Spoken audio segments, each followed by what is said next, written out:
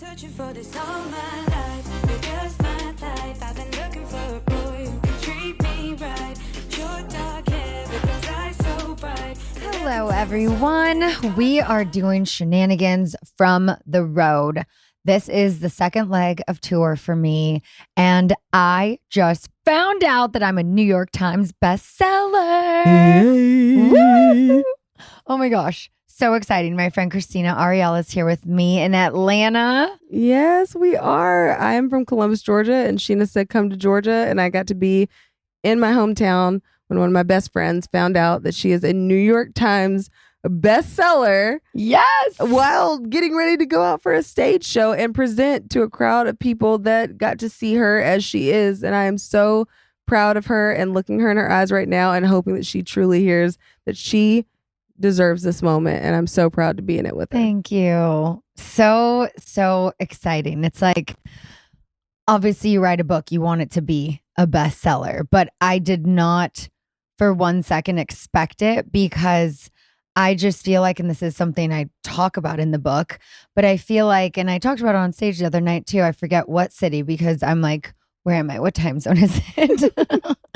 But I feel like my confidence has just been beaten down so much from reality TV that I'm like, okay, I'm going to do a live show. Are people going to buy tickets? Okay, I'm going to write a book. Will people actually buy it? It's like having this experience the last few weeks with the book and the excerpts and the magazine covers and everything. But I know there's definitely negative comments out there. There always are. But staying out of the comment section and just going on tour, meeting people who actually want to be here to support me has been so amazing. Like, I haven't felt this much love since BravoCon a couple years ago. I absolutely felt the love. I cannot wait to go back. But this is so different because this isn't me representing a show. I'm on book tour for writing a book about myself that people actually wanted to read. And I understand that people are very easily to dismiss Scheana's experiences, even if she tells them as they are. But tonight, to be in that moment with her and to have so many people come up to me and say, being in this environment with Scheana and seeing her in this setting and this understanding that I have of Scheana, I don't get to see the unserious Scheana, the Scheana that's silly, the Scheana that is honest and goofy and open and just herself, and the one that lays herself bare, that's not too self-serious. That's the Scheana I love, and that's the Scheana I fell in love with. Like, she has a great heart. And so to be in a room full of people that come up to you after that say, I got to see her. I got to see her in a way that I've watched this woman for multiple seasons of television for the last almost 12 years of my life. And I've got to look at her tonight and just see her as she is, without the edit, without anything. And so many people left in a way feeling seen and heard and hearing you in a way that they never have. And listen, we don't have a script tonight. We don't have a plan. No, we're just But riffing. I'm going to give Scheana her flowers tonight because... And so did your husband. That was so Quite sweet. literally. Literally sent flowers for both of us to the hotel. Yeah. The absolute sweetest. And like, Scheana is not going to like ring her bell in the way that I am, but No, Scheana but we is can make it about me tonight. Can we make it about you? Can we make it about a New York Times best-selling author who is sitting here right now with me? And I wish you could see the joy on her face and know how important that is, that she, whatever your feelings, set those aside and know that this person made a dream come true for themselves. And watching someone have their dream come true and be realized and able to be in that moment, I don't think between me, Mark, Cortney, like any of us, there was a dry eye. And we're in my state. We're in Georgia. And I got to be here. And I'm here because Scheana knows I don't get home very often. I don't book stuff home very often. That I want to see my sister. I want to see my best friend. And because of her, I got to see that.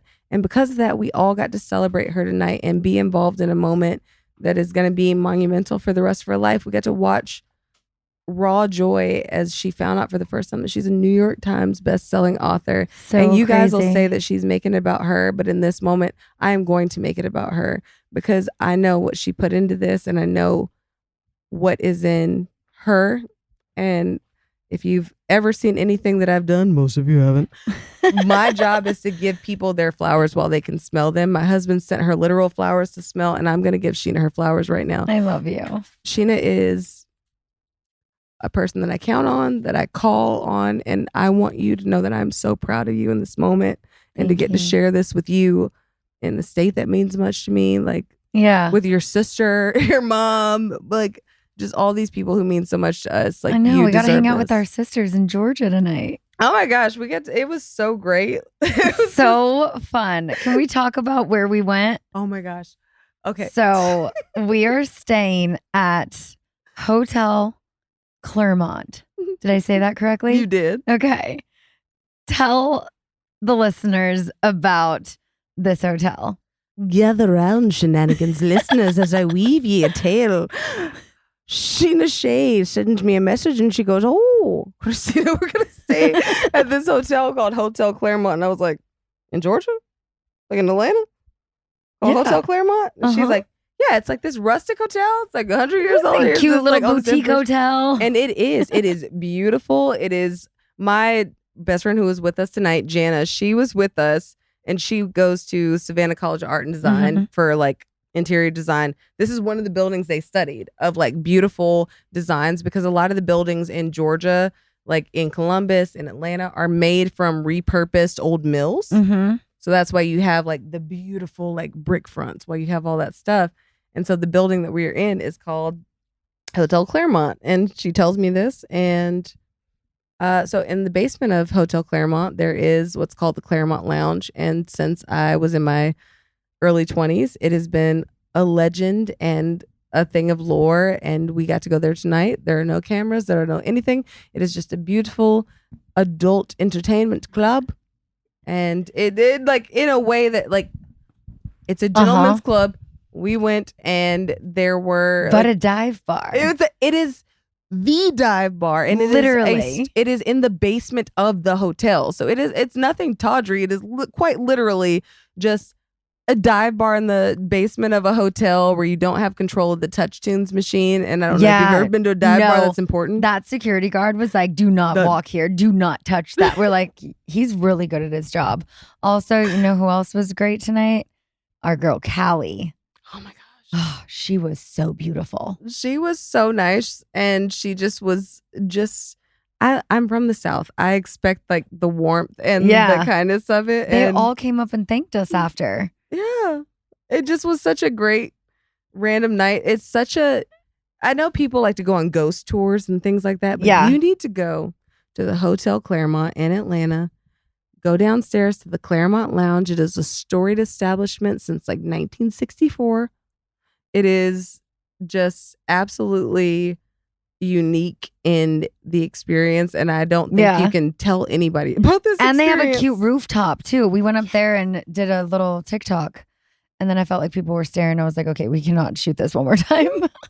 Well, you know how they have like in like the Roosevelt, like they have those like the like MGM letters, like the build, which the first thing I think about is like, what is it?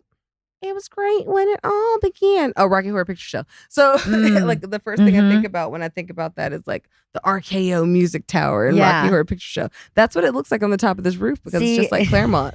Loki reminded me of Hotel Cecil, the thing on the top, you know? Yes. I was like, wait. But like also it kind of reminds me of the Fontenoy where I used to live, where it had the neon letters on top and it was like old Hollywood and it looked haunted. But this is old, George. Do you think this hotel, which is literally 101 years old this year, what is the likelihood that you think this hotel is haunted? Yeah. It's so beautiful and unique and greatly designed. But I also think about it in the sense of like, well, this is an old mill. Like there's a old hotel. It's a Marriott hotel. And it's a grist mill. Like there's like, what was it one? Oh my God, Swift. They used to make jeans out of old recycled Coca-Cola bottles. I don't know if you remember this. No. It was a Swift textile mill, and they would collect old plastic bottles and recyclables and turn them into jeans in Interesting. old mills like this. But this mill they've turned into a beautiful boutique hotel where we have been hanging out. Okay, so going back to the lounge, we walk in to this lounge, and there are 3 girls who we recognize from the show tonight. Mm-hmm. And she literally had my book on the bar. I was like, Scheana, you're a New York Times bestselling author. Where do you want to go? And I'm like, the strip club. We're going to the Claremont, baby. The lounge. But so funny. I was not on my bingo card to walk into there and to have someone have my book on the bar. And she goes, I was literally just reading it at this club. And we did tonight, the segment that I did with Scheana at her live show was Sip or Spill. And we went over just audience asked questions. And this girl was in the front and she kept raising her hand for the audience questions. Yeah. And so we ended up kneeling down and getting to hear her question. And she just felt Kelsey. Oh, she was so sweet. And she just had the greatest time. And she was another one of those that just felt she got to see you in a different light and just to see yourself. So please make sure that you are going out and getting your tickets to the Scheana Shea book tour for her New York Times best-selling award-winning book. We only My Good have Side. 3 shows left. 3 shows left. How is it? This has already gone by so quick. Like this leg, it was 5 cities, 5 nights. And now I go home tomorrow. I get to see my baby girl. I miss her so much. And then we've got Cincinnati, Nashville, and Philly left. And we're still trying to figure out St. Louis and DC because change of plans. We'll get to that later in the show. But still figuring out, like, are we able to add Canada? Do we do a live show in LA? Like, I don't know. I think my biggest question for you is, given everything that you've taken in today, I don't think you literally found out that you were on the New York Times bestsellers list kind of before you were getting ready to go on stage. Yeah. And I don't know that you truly had a minute to process what that means for you and the work that you put in, and just whatever hesitations you may have had in yourself. What of that was assuaged tonight, do you feel? Like, what are you feeling after such a monumental day? Very proud of myself for not giving up, because I say this in my opening monologue at my shows, that there was a time where I wanted to give up on this book. Like the process of it, the betrayal I went through, it was just like, I didn't even, at one point, I was like, I don't even care that there's a book deal. Like, how do I get out of this? Like, I don't think I can go on. Like, I'm not a quitter. It takes a lot for me to walk away from a job. Like, never. That's never something I've done. But I had literal panic attacks writing this. And then I was just like, no, like, this is such a good story. Like, we're going to tell it. The book is going to come out. And I just hope that people understand me a little better after reading it. And I just hope that people are able to relate to stories I tell in it and understand why I put them in the book, instead of just questioning why I put it in the book and going on a podcast and talking about it. I think the important thing in that is, this is your story. Yeah. This is your story as you've laid it out. Everybody is different. Everybody's experiences are different. The way that we process things are different. And you processed in a way that allowed you and your family to continue in the way that you all needed it to. Mm-hmm. And I think that gets lost in the moment, is that this is what's most important for your family, for your child, for you moving forward. If this were gone tomorrow, your family is still there tomorrow. Mm-hmm. So what do you do to make sure that that is the most important thing in your ecosystem? Because it is your ecosystem. Yeah. And I think that gets lost in the translation of it, that it's not just saying things to be saying it or to be salacious. You don't go to somebody and say, I'm going to write a book.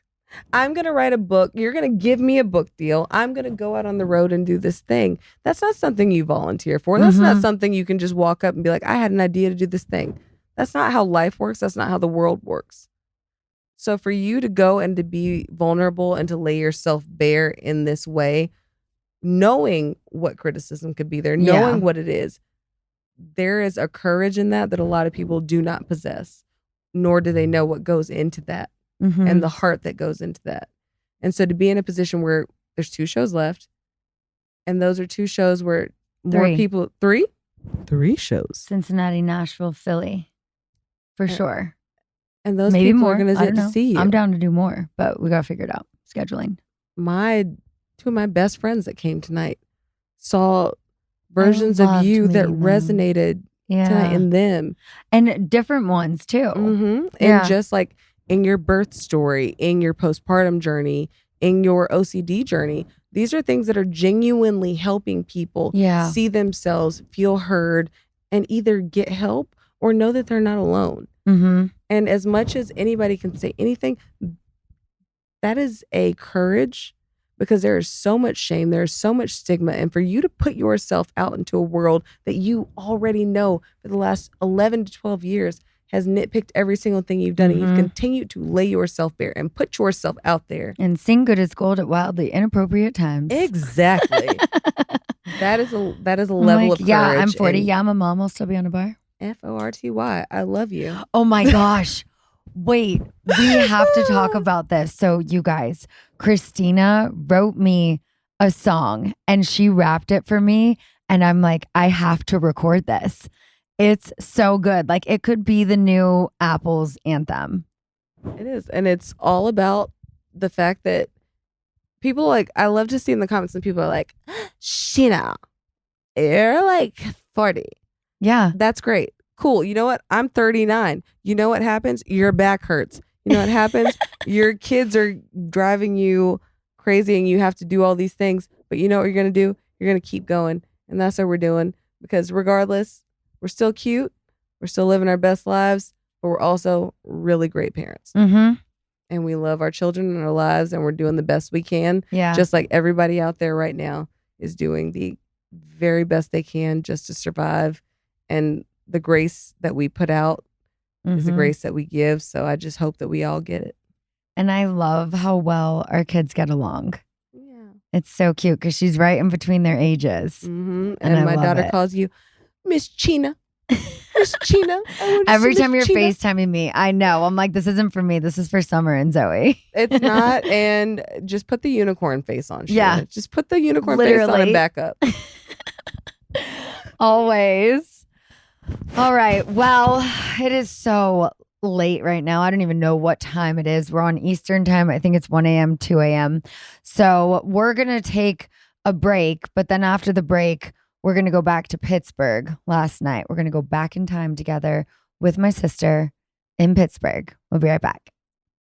All right. Are you looking for something absolutely delicious to drink? Because if so, then Simply Pop is for you.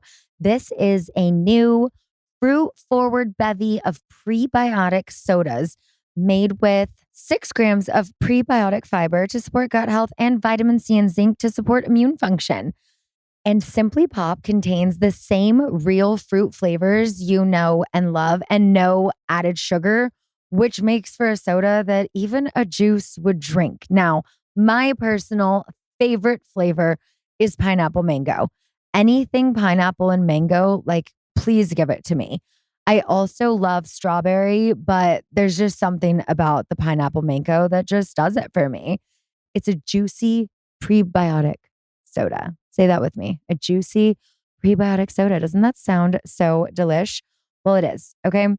I still can't get over the fact that it has no sugar added. It's like, you can't beat that when you're getting this incredible flavor. When you add the 6 grams of prebiotic fiber to support gut health, like, come on. Okay, that's incredible. Paired with zinc and vitamin C to support immune health. I mean, you can't beat this. Sip on the juicy side of life. Find out where you can try Simply Pop at cokeurl.com/simplypop. That's cokeurl.com/simplypop. One thing I am making extra sure to take care of right now is my health. I am 40, as we know, and it is important to stay on top of my health. I chose Function because this is the only health platform that gives you access to the kind of data that most people never see and the insights to actually take action. So inside Function, you can test for over 160 biomarkers from heart and hormones to toxins, inflammation, and stress. And these are the things that I am looking for right now, especially with my hormones. Am I in perimenopause? Am I not? Those are questions I want answers to. And with Function, you can also access multi-region MRI and CT scans, all tracked in one secure place over time. It's a near 360 view to see what's happening inside your body. Lab visits are fast and convenient at over 2,000 locations across the U.S. It's $499 a year, and that breaks down to $1.37 per day for cutting-edge health insights. All results are tracked over time in one secure place, so you see how your health evolves, and all of the insights are coming from top doctors based on your unique results. If you did all of this on your own, it could literally cost over $10,000. Learn more and join using my link. The first 1,000 get a $100 credit towards their membership. Visit www.functionhealth.com/goodasgold or use gift code goodasgold100 at sign up to own your health. Hello, everyone, and welcome to Scheananigans. Here with my sister in Pittsburgh. How you doing? Hi, guys. We are at the Oaklander Hotel in Pittsburgh. It was like maybe 15 minutes from the venue that I was at tonight for my live show. And compared to some of the other rooms I have been staying in, it is so nice to have space. It's so cute. Everything about this little spot is so cute. Yeah. The place the last night was just like a little closet. So, And the view. it's so nice. What is that memorial right there? We are by University of Pittsburgh, and Yeah, but everything there's is some- just old and gorgeous. Yeah, like it's they so don't pretty. make it like this anymore. No, it's like you can tell that you're not in LA. The grass is green. Yeah. No, it's crazy. When we were Ubering from the airport over here, Mom was like, "Is there like wildlife over there?" And the Uber driver was like, "What?" We were like, "Is there wildlife over there?" And he's like, "Oh yeah, a lot." It's been so fun. So this was night 4 out of 5 for this leg of tour. Started in New York, then went to New Jersey, Chicago, came back to LA, Salt Lake City, Austin, Boston. Now we're in Pittsburgh. Tomorrow we go to Atlanta. And this is the first time ever in my life I've just done like a tour, but a different city every night. Well, back-to-back shows are not, I feel like, this normal. Like I've toured Yeah. a couple times and I feel like at the most you have 3 nights back-to-back, but then you normally have a few days off. But this has been so much fun. Every live show that I've done has been so entertaining. Like the crowd just loving getting involved, coming up on stage, singing Good as Gold. We're giving away Labubu's and vinyls and books. And how was your first show? Because you just joined us on the tour tonight. Tonight was so fun. I actually think you've gotten funnier. So Thank you. you're welcome. Wow. I loved your jokes. I was like, wait, this feels like a stand-up show. Like the opening That's monologue. what it felt like. Yeah. I was like, wait, like where is this going to go from here? Like it was just so funny and the games were so fun. I feel like so many people like loved getting into involved their friends that didn't get to make it. Like there's truly something for everyone, and all the husbands and boyfriends were such So good sports. I know. No, it was so fun. I'm glad you guys were at this show. And just to come to the city where our grandma was born, I've never been here before. So it's cool to see that too. Yeah, no, that was really fun. And I also learned a Pittsburgh term from, what was her name? Jess. I met this girl named Jess tonight. I met a Jess tonight. I wonder if it was the same Jess. I know there was Probably. a couple Ericas, there was a couple Wills, Mhm. Jens. We were like, Jen we- with 2 N's. should we make the 2 Jens with 2 N's go up on stage and like fight? Like, Or the 2 Kellys the other night. There was Kelly spelled Kelly and the other Kelly Kelleigh. I feel like there's a game there. You Yeah. know, maybe there's something you could do on Who has stage the with. same name. Yeah, Let's do that that. sounds fun. Okay, same name game. Okay, but Jess told me tonight, have you ever heard of the word nebby? Nebby? Nebby. Nebby. No. So I pulled it up on Urban Dictionary just so I can accurately give the right description. So Nebby, used mainly in the Pittsburgh area, and it means to be nosy, snoopy, inquisitive, and annoying. And I asked her, Did she call me that? I don't know what the context was. So I was like, wait, so you're saying Scheana's Nebby? And then I was like, wait, is this a noun? Is this a verb? Is this an adjective? It's an adjective. So it's a descriptive term. Yeah. So of someone annoying. Urban Dictionary says, Bobby Joe, quit being so nebby and get me a pop. So I was like, wait, so I think it's like in a silly way though, like someone who's nosy, like someone who like wants the tea. Yeah. So nebby, we're gonna have to add that into our vocabulary, but it's so funny that it's specific to this area. It's not like, oh, it's a northeastern term. Are we in the Northeast? Are we in the Midwest? I don't know. I'm not good with geography. Because it's like we're so close to Ohio. Right. So that's like the Midwest. I honestly don't know where I am. I was on stage in Boston last night and was talking about like Lake Michigan or something because I was just in Chicago and we're looking out at the water and we're like, that's so crazy that that's not the ocean. Yeah. But then I said that in Boston and my tour guide was there. He's like, Scheana, we literally looked at the Atlantic Ocean together. I go, wait, no, sorry. Okay, now I'm here, but I was there. I'm like, where am I? What time zone is it? It makes sense on why so many artists that are on these giant world tours often will say the wrong thing. Like it makes sense now. I actually remember it was a One Direction show once and Zayn yelled, Connecticut, this is my town. And like no one told him Connecticut wasn't a town. And like honestly valid. Yeah. Like he's not from this country. How many cities do you think he could name in Connecticut? Right. You know? Hartford. Yeah. New Haven. Well, that's you being from here. But him, he just thought like, oh, we're in Connecticut. That must be like we're in LA. Oh, that's so funny. Yeah, I always think about that. Connecticut, my town. I heard that at that infamous Coldplay concert, that night, for the first time ever, Chris Martin said the wrong city. He said Canada when he was in Boston.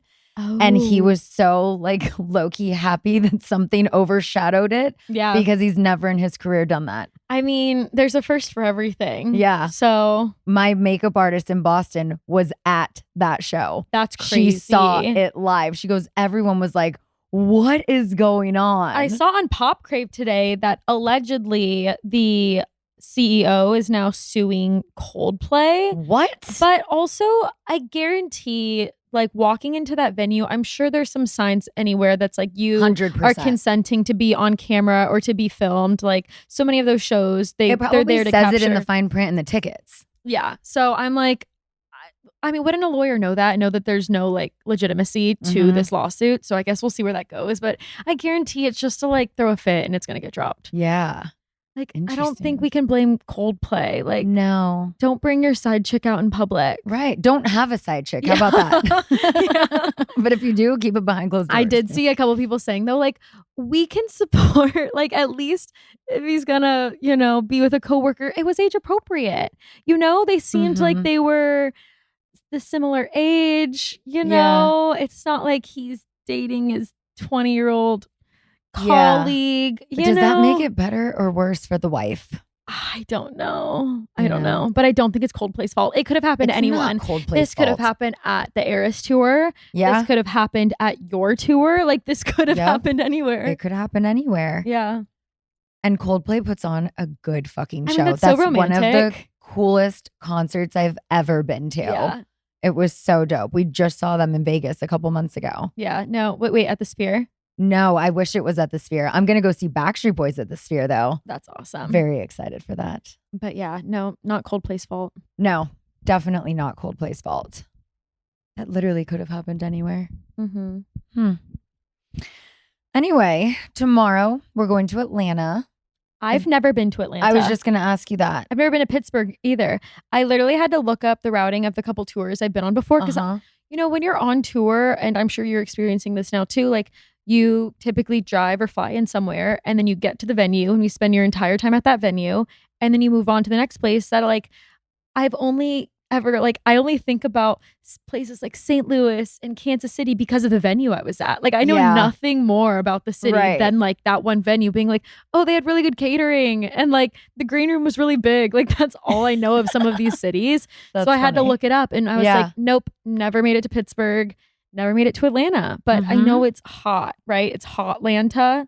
Right? Oh, they call it that. Uh-huh. So I didn't know what to pack. I was like, I don't know what to do with like potentially rain and 90 degrees. Right. Like, what do you guys wear? What, if you live in Atlanta or in the South, like literally what do you wear? Yeah, for that weather. No. It's like you want to be covered, but you don't want to be hot. Yeah. No, I don't know how they do it. I don't know how anyone lives outside of Southern California. You guys are so brave. Yeah. Because Southern California is fucking expensive. Mm-hmm.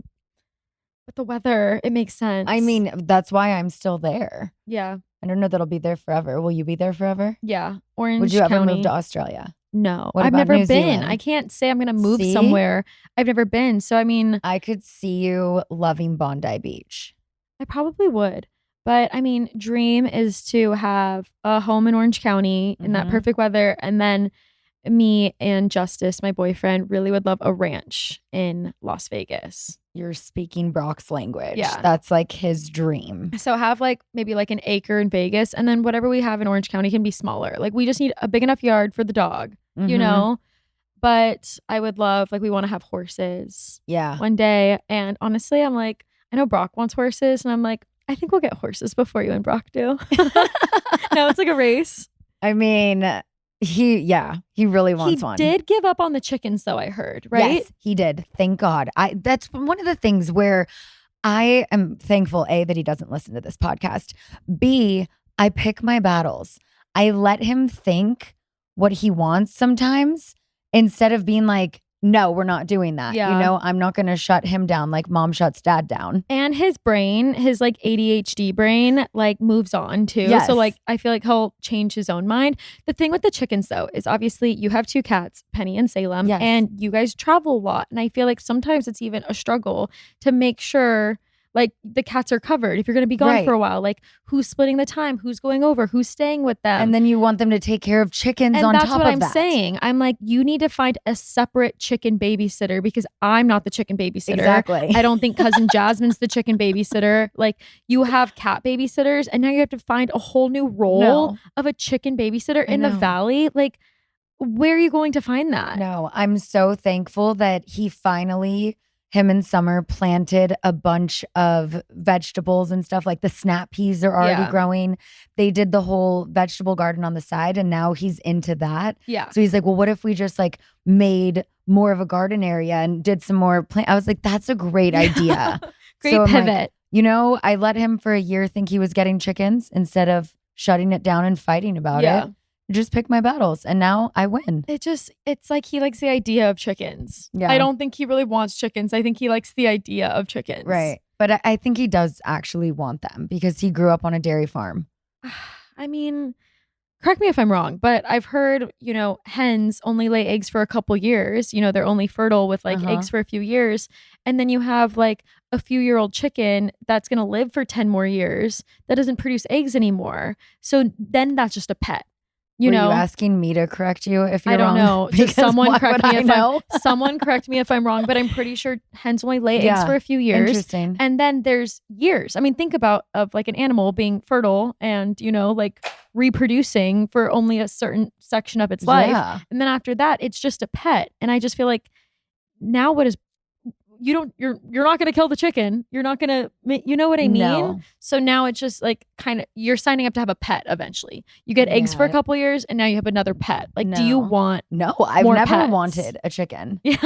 And it's so funny that, as I said, he doesn't listen to this podcast. There was a clip that I posted from the podcast, I think, talking about the chickens, and he overheard it when I was playing it back. And he got so annoyed because the way I said it, I was like, do this before, and then you can get your fucking chicken. However I said it, he like looked at me and I was like, I was just being funny. Yeah, no. Yeah, Don't of course, give him a honey, goal. we're getting chickens. Don't give him a goal because then he will achieve that. Maybe actually this is leverage and you could use it when you want him to do something, being like, do this, and that, Yeah. and you'll get your chickens. Uh-huh. Or just the next thing that he wants, you Yeah. know?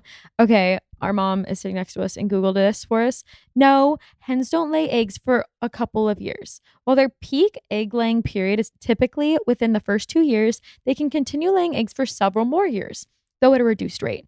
Most laying hens will be productive for about 3 to 5 years, with some continuing to lay sporadically even longer. Still, you're talking 3 to 5, and then they still live longer than that. You know? Did you know that a butterfly only lives like 2 weeks? Wait, really? They only live that long? Yeah, Wait, that's so sad. I know. But it almost makes it more special for like how often we see them. I have seen so many this year. Are there just more butterflies this year, or am I just noticing them more? I see them at my daughter's school or at summer school all the time. Yeah. Like there's always this butterfly. It's named Allie. Oh, I'm sure it's the same one. Yeah, it's the same For all school year. Same one. But there is like a cocoon in the area by one of Ooh. her classes. Yeah, I'm sure it's the same one though. Yeah, same butterfly. For sure. For sure. According to Summer, for Mhm. sure. You guys all sent in a bunch of questions, and as my sis moderated the Q&A sipper spill game tonight in my live show, we're going to do that on the podcast. Okay, let's just dive right in. Kiki Raw 7 asked, have you met Kristen's new baby? I have not. She sent me a photo, but I have not met her yet. I She's also want to make sure I am completely like tour germ free before Yeah, I would that's a even newborn. let myself. Yeah. I So feel like, what age do you normally let people meet newborns anyways? it depends on, I don't know. Yeah. Okay, so I know you've talked about this a little bit, but would you consider playing a bigger part on The Valley season 3? T_Katola asked you that. TBD. That's Stay it? tuned. That's all you're giving them? Yeah. I mean, if it makes sense, then, yeah. But I know people keep asking you that. see. It's giving, the demand is there. yeah. But then all of the comments say, we don't want her. Yeah, Get her off pick our one. screen. I'm like, I'm not going anywhere. Pick one, you know? Mm-hmm. Well, just speaking of The Valley, what do you think of the fans' and viewers' perception of Janet? I think that people need to remember that there's so much more to the story. It's literally the reason why I wrote a book, is to add more context. And when you have more context and you see other sides of people, you don't feel the same way. And I know that personally. I'll use Michelle for an example. We have a mutual friend. She's my friend, but she's also one of Michelle's best friends. So mutual. And when we were talking about The Valley, her opinion of her was what most viewers think. And I go, well, let me introduce you to her because I guarantee you'll see another side. And now they go to Nobu Malibu without me. But I love it because we do our girls' dinners every month. And now Michelle's part of the clique. Like we've not let anyone else in it. It's me, Ashley, Christy, and Katina. We've done this since Boulevard opened, once a month girls' dinner. And Cute. Michelle's the first one to join the group. But they're just like, oh my God, you were so right. So it's like, people need to remember that Dave and Buster's Janet is the only Janet I know. So the version you're seeing on the show is not the fun-loving Janet I've been friends with for 8 years or however long. I'm sure I'll get corrected if I'm wrong. I mean, at this point, would you just advise anyone who maybe is being perceived a certain way on TV or on social media to like write a book about their good, all of their sides? Like you only Literally. see one side of me. Like That's the thing. It's like, that's what I love about having this podcast. But there's just something different about, obviously, when it's on the show, it is the biggest reach. But when you write a book, I think that just has a different reach too than just an episode of a podcast. Mm-hmm. And so it's like, unless you've been, listening to Shenanigans for years, you don't know the side of me that I talk about all of the time. Yeah. So I put it in a book. Yeah. Well, I know you FaceTimed Zach tonight at the show. What is your current relationship with Zach? We are good. We went to lunch recently, talked out some little things that we needed to talk out. And New York, he came to 92Y to the first event that we did around the book. Jasmine came. I had all my New York friends. And I loved that the stars aligned, that they were able to be there the first night. Because it's not like anyone's going to fly out for that. I had the Grove book signing. Yeah. But it was so cool that they were both there. And then day of, I get asked if I'm done with my signing early enough, if I could just appear on Watch What Happens Live as a surprise doorbell guest and bring Andy a book. And I was like, I mean, I'm already going to have my hair and makeup done. Like, may as well. That'd be so fun. Yeah. So then I surprised Brittany and Zach at Watch What Happens Live in the green room. They didn't know I was coming. And we just had so much fun. So it's, you know, he's going to be at my show in Cincinnati. And we have different friends.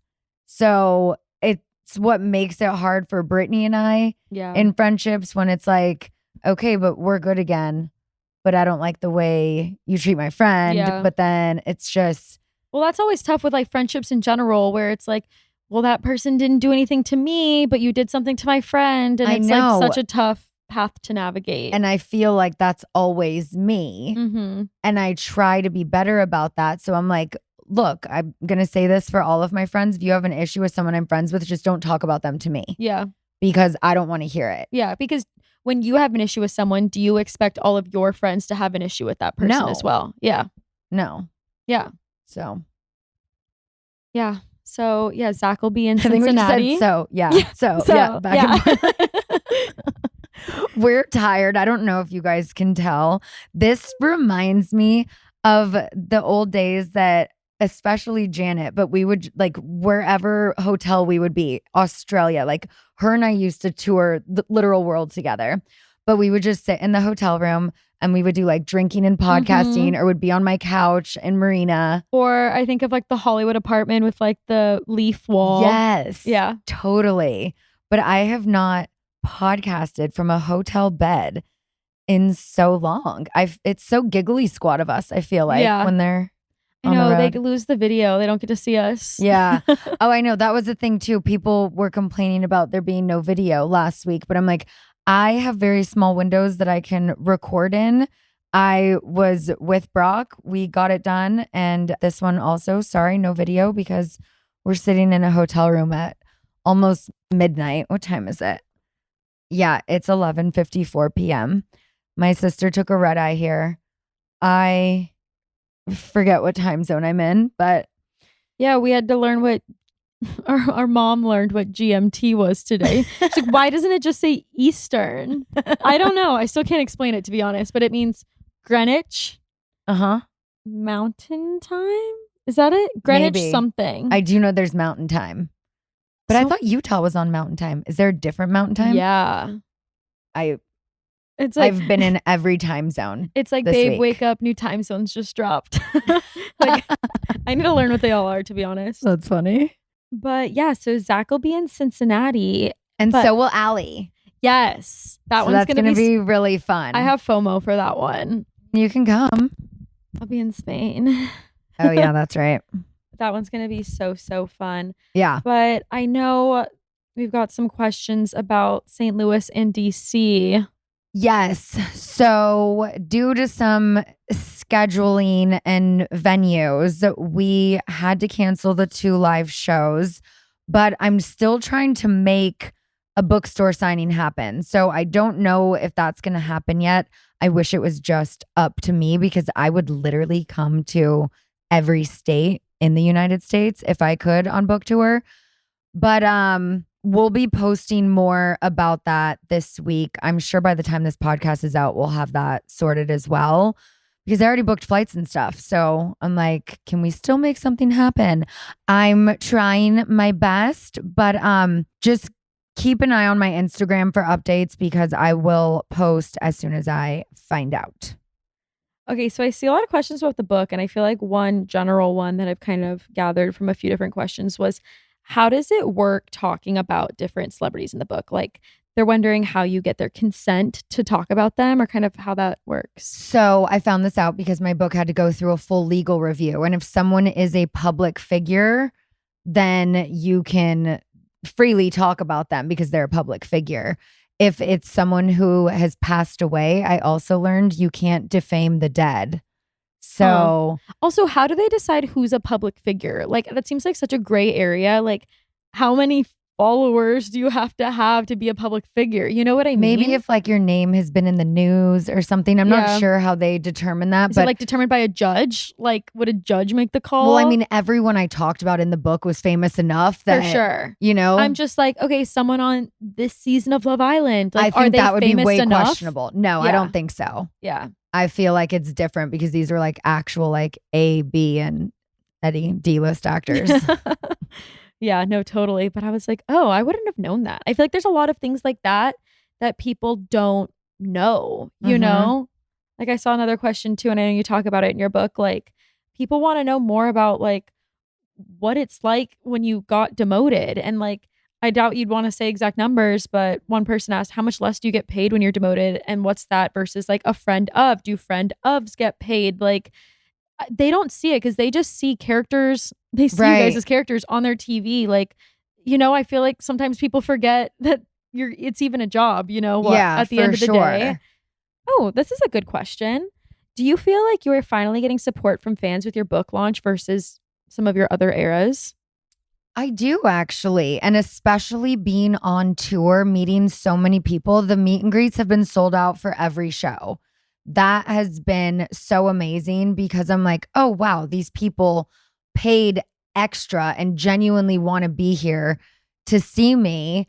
And oh my gosh, I have to bring this up because what happened in Salt Lake, something with the venue, I don't know if they ordered the books too late, but the books for the book tour show did not arrive. So I walk into the meet and greet room and it's like a quiet room. I literally started playing music on my phone like a psycho because I'm like, we need like some sound in here. And Mark and I are looking around and he's like, there's just something odd. And we're like, what is missing? We're like, oh my God, no one has books. Yeah. So he's like, let me go get the books. So that's the point. Like pictures, sign the book. And he went out and they said, oh, they didn't come in time. So I'm like, okay, well now we have all these people that need to go leave their address to get a book sent to them. And I'm like, they have to get a book. Yeah. I'm like, okay, this is probably not an option, but like my brain goes, I'm like, can we just go to Barnes & Noble and like go pick up like 100 something books? Like I think about that when I'm at a coffee shop and the coffee shop is in the same center as a grocery store. And they're like, sorry, we're out of oat milk. And I'm like, then go get some, queen. Like it's right there. So I heard that Barnes & Noble for certain types of books only buys so many. Got it. But I know that the Calabasas one, Courtney Berman went the other day and she was like, oh, you're sold out. I got the last one. And I go, was it the last one on the shelf or like, did you ask? And she goes, no, they said it was literally the last one. Oh, that's but I'm cool. like, did they buy 5? Did they buy 100? Like, I don't know. Yeah. But yeah. No, that sucks that no one was checking in Salt Lake like at least the day before. Cause like worst case, we could have Amazoned, you know? 100%. Like, I would have just paid for them. So I'm like, if people don't get their books, I said this tonight, I'm just going to Amazon them. Yeah. Like I'll pay for them and figure it out later because I want people to get their books like this week too, you know? Yeah. Or if I'm able to do an Audible code for everyone, like I will make sure that we figure this out. And we just heard it's on Spotify. A few people tonight said they listened on Spotify. That was cool. And news to us. I know. I was like, ooh, go stream my good side. Yeah. Do you have any plans or even thinking possibly about writing another book yet? Or is that so far into the future? I don't think it's so far into the future. It's just what would it be about? You know, I don't want to necessarily be like an Andy Anderson how-to girl. Yeah. You know, and I feel like Stassi's kind of in that lane. It's obviously not going to be another memoir biography of any sort because I put it all in this book. So I'm like, I do have a couple ideas, but that needs to be like way fleshed out. And I think I'm just going to enjoy this one for you know now. what I think would be cool? Also What? looking at some of these questions that came in, like obviously you're not a doctor or a psychiatrist, but like how much this has touched like the OCD community, like doing a book like about your OCD and just like really like detailed on that, maybe partnering with some sort of doctor or psychiatrist or something. I think that would be really, really cool. And it's niche too. Totally. Like niching down. Yeah. That's one of the things that I have an idea about around also like maternal mental health, just like in general. Yeah. Because of what I went through in my labor that you never saw on the show. You got a bit of it at the reunion. And I obviously talk about that experience in the book, but just going into more like, okay, there's postpartum OCD, but then I learned at the conference, there are so many different types that I had never experienced. And then it's like women who get preeclampsia, HELP syndrome, but then women who get postpartum anxiety and don't know like exactly what it is. So again, would need to be fleshed out. We're just talking about this live, but I've definitely thought about doing something around OCD. No, I think that would be cool. I also think it's hard because I see a lot of people online talk about like how they only want to consume positive birth stories or positive pregnancy stories. You know, not everyone wants to like fearmonger, but I think talking about all the things that you just referenced, it's almost just like preparing people to know what things to look out for. And it's not necessarily like fearmongering or like talking about the worst case scenario, but it's like just being aware of symptoms, like the same way that people are aware of like diabetes when you're pregnant. What do they call that? Gestational diabetes. There's so many things that are normalized, like look out for certain signs for. So it's like talking about all of this, I feel like it's not to scare people. Like I've it's to be proactive. It's being proactive, and it's just like, you know, getting ahead of things. Yeah. So, like I genuinely remember my What to Expect app. It would send emails, I think every day, if not every week. And one time I got one that was like signs for preeclampsia and HELP syndrome. And I'm like, why is HELP spelled with 2 L's? I'm like, well, I don't have that. And I just like deleted it. I didn't even open it to read it. Yeah. And maybe had I read it when I found out there was protein in my urine and they asked like what I had for breakfast, I might have been like, or do you think it could be this, not just the protein smoothie and the Greek yogurt or whatever. But that's what sucks too, that you have to be your own advocate. I mean, that shouldn't be like, literally that shouldn't be a thing anyways. But you know, also another thing that just sucks about insurance and medical stuff in America, if I do a surrogate, it's not like I can put her on my insurance. My insurance will not cover anything with a surrogate.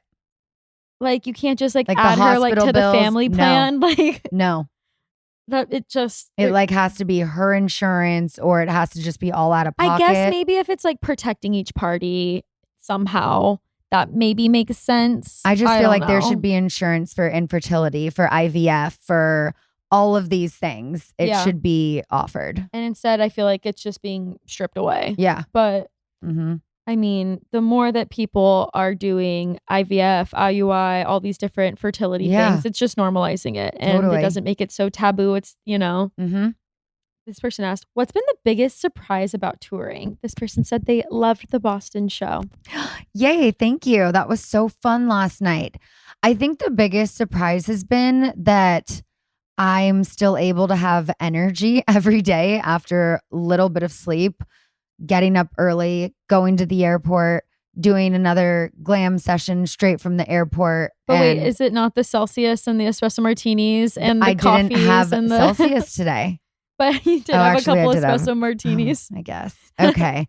Well, regardless, it's working. And the fact that I've been able to have high energy 4 nights in a row, I don't know. And I'm not comparing myself, don't come for me, to Lady Gaga or Taylor Swift. But like, I'm talking for 90 minutes. They're touring the world full, like hours and hours long of choreography. I'm like, how do they do it? Have you seen, I've seen videos of singers training by running on the treadmill while singing. And that's how they get like their endurance and also their like breath work or whatever, like up to like standards. Yeah. I just, so impressive. Yeah. Okay, let's see if there's one good last question. To wrap it up, and then because we've been doing this at my live shows, we'll also name a Jack's Hole on the podcast. Okay. Oh, people want to know if you're going to do My Good Side merch. Have you considered that? So I didn't even think about that, especially for tour. Like we could have done that. I mean, it would have been more stuff to bring and set up. But like now that I'm thinking about it, we absolutely could have had something. Yeah. The sweatshirt I wore at the Austin show the other night, this girl who I met in, I believe, Chicago. I think it was my first night, but her name was Lindsay Bell. Shout out to you. And that amazing sweatshirt. She's like, I know you like things oversized. It was the perfect size. It was so cute. I immediately knew that that was something I was going to wear for one of my nights. And with the boys and my new docs that I got, it was perfect. But I had so many people that night say, where are you selling those? Yeah. So Did she just make one? I think she just made one for me. Yeah, That's so I've sweet. gotten some really sweet, unique gifts on tour that are like so personal. This little girl in Austin gave me a picture that she drew for summer with a rainbow. Stop. It was That's so oh my God, sweet. it's so sweet. Arabella. Cute. I know. Well, I guess if there's a demand. Yeah, I love it if there's a demand. Yeah. I wish we had it for the tour, but some people didn't even get books on the tour. I cannot get over that. It will be fixed. I also I feel will like not some allow people it. have so many books now. Like some people are like, well, I pre-ordered one, but then I went to a signing and then I went to a show and it's just like books for everyone. All of the preschool moms are like, Scheana, we've bought like 3 of your books now. I'm like, they're so sweet and so supportive to come. But yeah, we're going to give them out for Christmas I presents. know. I got my first copy at the Grove signing. Yeah. Love it. Well, thank you guys so much for listening. I apologize that you're not able to be watching, but it's just too much to set up. So we will be back to video podcasts after tour. And in the meantime, stay good as gold. Thanks for listening to Shenanigans with Scheana Shay. Tune in next time for juicy updates from the world of reality TV, pop culture, and more. Download new episodes every week on Apple Podcasts, Spotify, or wherever you like to listen.